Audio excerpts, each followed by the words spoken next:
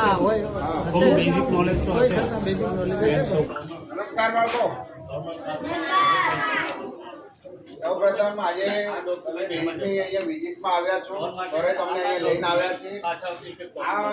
આવા પાછળનું કારણમાં છે. સૌપ્રથમ આપણે 1 નંબરની બારી ઉપર જઈએ છીએ. નજર નાખો તમારી 1 નંબરની બારી ઉપર.